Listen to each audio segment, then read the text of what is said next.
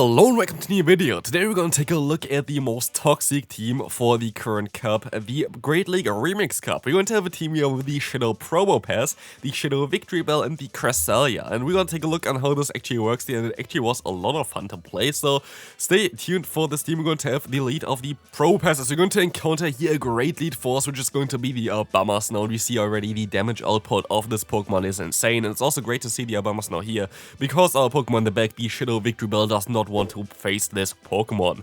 We will be able to swap out immediately because basically every team has an answer for the Probopass, like there is no doubt about it, and we're gonna get out the opponent's Charger Bug here, which is going to be nice because you can still go for a charge move here. It's going to be the future side, doing a ton of damage against them, putting them into range for another one. And the cool thing about Cresselia as well is you're going to be able to survive another move, which is kinda nice as well. You could argue of swapping around the team if you don't have a Cresselia and go for the Victory Bell in the lead and use like a Vigoroth as a Sasop or something like this, which also should work out pretty well. But I really like this team. The main reason for Cresselia as a Sasop as well is that you kind of want to try to get out all those Skarmories that are currently running around, which also worked out kind of well. But I have to say as well, I faced a lot of teams that had like double answers to grass in the back, which was a little bit annoying. So yeah, Victory Bell was sometimes a little bit lost there, but here we're going to be able to still take all the hits from the opponent. We still have our Victory Bell then against the opponent's Jellicent, which is going to be amazing. As we can farm them down, we can move on to the next game. Let's take a look at the next opponent. We're going to have the Whiscash in the lead, and this is something that happened to me quite often, and this is something that where you just don't have a chance against it. The opponent actually knows that they can go for a Scald before I can even get to a charge move, which is a very smart play here because you're going to be able to maybe get the debuff, which they don't get here, but they're going to get out the Skarmory. That's kind of how this team is supposed to work. But in this cup specifically, I feel like this team would be working out a little bit better in the Open Great League, but in this cup, you kind of have like all those similar teams. Like one of the most common teams is Whiscash, the Charger Bug plus the Skarmory, and of course it's going to be a little bit of a trickier one for this team, but as you're going to see here, they're going to be able to go for a Sky Attack. It does not matter how much energy they got there, because I can just go into my Probopass and go for the full farm down anyway, as the opponent is going to only have double resisted charge moves against us. The Brave Bird is barely doing any damage, and we can go for the full farm down.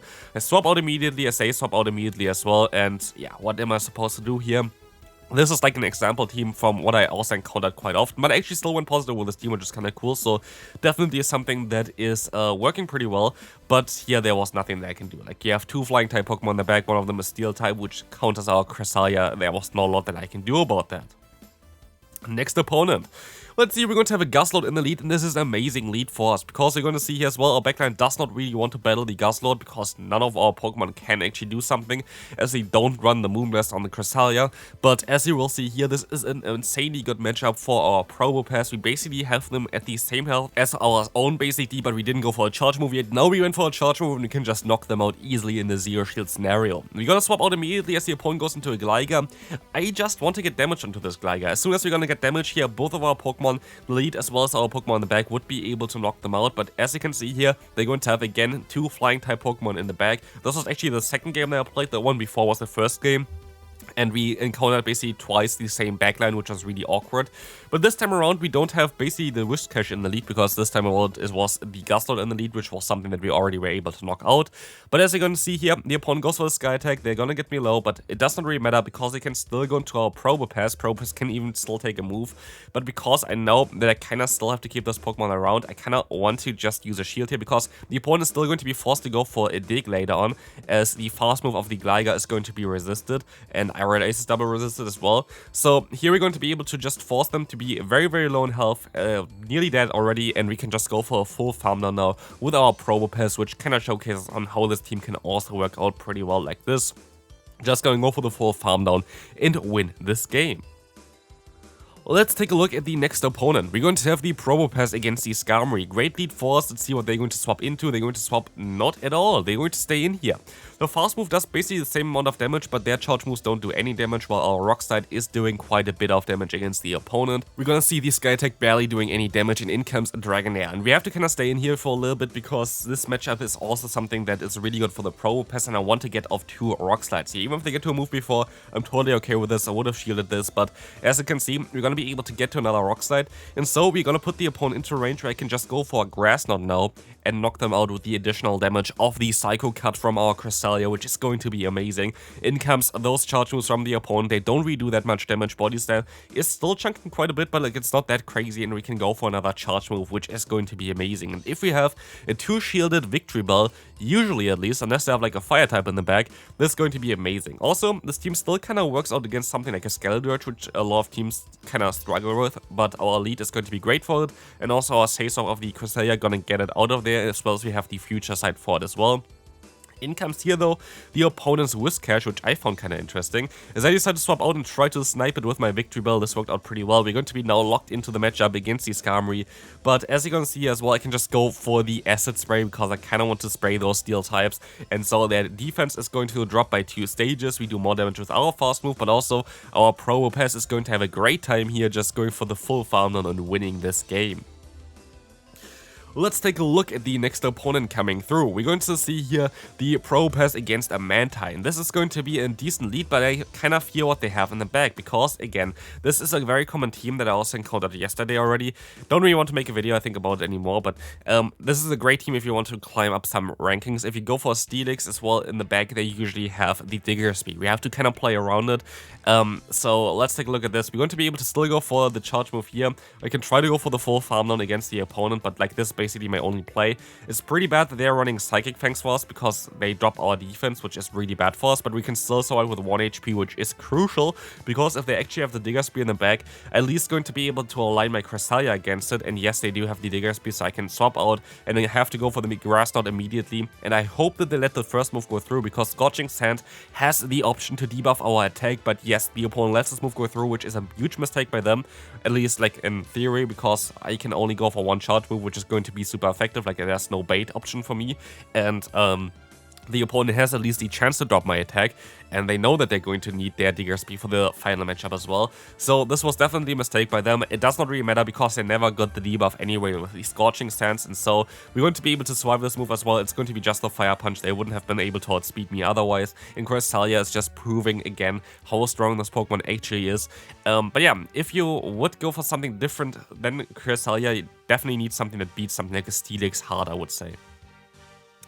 Next opponent, we're going to have a pretty bad lead for us, which is going to be the Jellicent. I decided to swap out here just because we have Grass Knot and we can just go for the CMP tie against the Shadow Ball. I'm totally okay with this because what we can do here is we can underline the switch clocks, which is really important because we basically got 25 seconds or something from the switch clock, so even if they swap into something like a Skarmory, I will be able to swap out eventually, and I can even go for a charge move eventually here as well, but the opponent swaps out into the Gust Lord, and this is a bad matchup of course, but they don't know if we have Moonblast or not, and they just decide to use a shield here, which is amazing for me. I know that I can still survive even a crunch because Cresselia is so bulky, and we can just go ahead and swap out now into our Probopass. We're going to align later on against the matchup that we don't want to be in, but it's going to be okay against Jellicent, even though like it is going to be a bad matchup. We still do some decent damage with our fast move as well, as we're going to be able to go for the Rock Slide against the opponent. This is going to do a ton of damage, enough for us to farm them down later on even, but now they're staying still in and we can knock them out. They have a Vigoroth in the back, which is a little bit tricky here, and I'm kind of forced to go into my Victory Bell, and I still kind of, like, yeah, go forced first for the future side here, because I kind of have to get some damage onto them, but it's going to be a little bit of a trickier one, because I know that I have to take one move here, and of course a Shadow Ball would knock me out, and I know that I survive a Body Slam, but I was not sure on how much energy the Jellicent had. And as you're going to see here, the opponent's Jellicent had way more energy than I thought. They will easily be able to get to another move here, and so sadly we're going to lose this game because of this. Well played by the opponent, but also again, like, pretty bad lead for us, but yeah, it is what it is. Let's take a look at the next opponent. I don't think I was able to win this game like the one before in any kind of way, so I feel like it was just kind of already pre-written. What do we do against a Gligar? Gligar is of course the core breaker for those kind of grass lines, but we're gonna swap out here to try to catch a dig onto our Cresselia, which is the kind of play you want to do. You just need to get some damage onto Gligar, because our fast moves damage from the lead as well as our Pokemon in the back is just so insane that you can just basically sweep through a Gligar with it. But here we will see the Charger coming in. I pretend that I got to a future side here. Let's see if the opponent falls for it. They do fall for it, allowing me to get a shield, which is kind of nice. And I thought of getting to another Grass Knot here, but I don't get there in time. But it's going to be okay, because I can let this move go through. I can go into my Probopass, I can still go for their own charge move, but I can take this one because like Dig is what's going to knock me out eventually. And the opponent makes a great play here, which I did not really see. Honestly, I would have rather went for the Dig straight away, but they decided to go for the Aerial Ace, which is a great play. I didn't know if they would want to go into this Pokemon immediately, so that's why I didn't throw. But yeah, we're going to see here that the opponent uses a shield here as well. But I decided to use a shield as well because I know that I'm getting closer to the next charge move. And this was definitely the way to go, as I can still go for a Rock Slide here, and we have to hope that there's something in the back that we can still beat. It's going to be a Skarmory, and so my only play here is to hope that I can get up to a Rock Slide, then catch a move, and then knock them out with that. But this did not really work out. They didn't go for a Brave Bird, which I was hoping for, basically. But yeah, they're going to go for a Sky Attack now. They're kind of low already, so maybe Rock Slide is enough. But as you're going to see here, it's honestly barely not enough. I thought it would do way less damage basically, but because we are Shadow most likely, it just barely was not enough, and we can move on to the next game. Next opponent coming through, let's see what they're going to run. We're going to have the Poliwrath in the lead. Horrible lead for us, of course, so we decide to swap out. And one thing as well, if you notice it, I kinda did not speed up the gameplay as much as usual. It's like 1.8 times the speed. I feel like this is a little bit better for you as well as for me to commentate. If you also feel like this, feel free to let me know in the comment section. I feel like it's a little bit, I feel like 2 times speed is a little bit too fast sometimes. So I feel like this is a little bit better to talk about a little bit more of the matchups. So if you enjoy this kind of content as well with like a little bit less speed, then feel free to let me know down below.